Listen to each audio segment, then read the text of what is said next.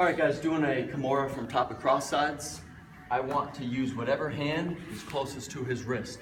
I pin that to the ground, other hand goes under his bicep, and I get this figure 4, and I can't have the arm straightened out. I want to hike it up high. I want to keep my weight up and over his head and neck, keep the wrist planted, lift the elbow and shoulder. If I'm down too low, Gary can just sit up when I do this, and you could get away from it. So again, whatever hand's closest to the wrist, pin it, figure 4, hike it way up high, weight up high, wrist planted, elevate elbow and shoulder. That's a Kimura.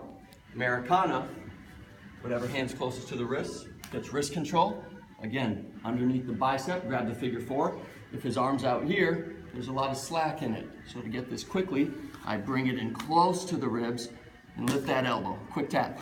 Again, wrist control, underneath, bring it in close, wrist stays pinned to the mat, lift the elbow. I've got to make sure his elbow is not closer to his ribs. I've got to make sure my forearm is between his elbow and his ribs for leverage. Lastly, on both of those, fingers don't come off the mat, like you're using his fingers as a paintbrush. Yes, sir. Lastly is the straight arm lock. This can be done with either hand on the wrist. Wrist control, underneath, keeping his wrist to the ground, and I'm just kind of cranking up on the throttle. This one is a bit less secure though, because he can rotate his arm to get out of it. However, if he does it the wrong way, he's in an Americana or a Kimura.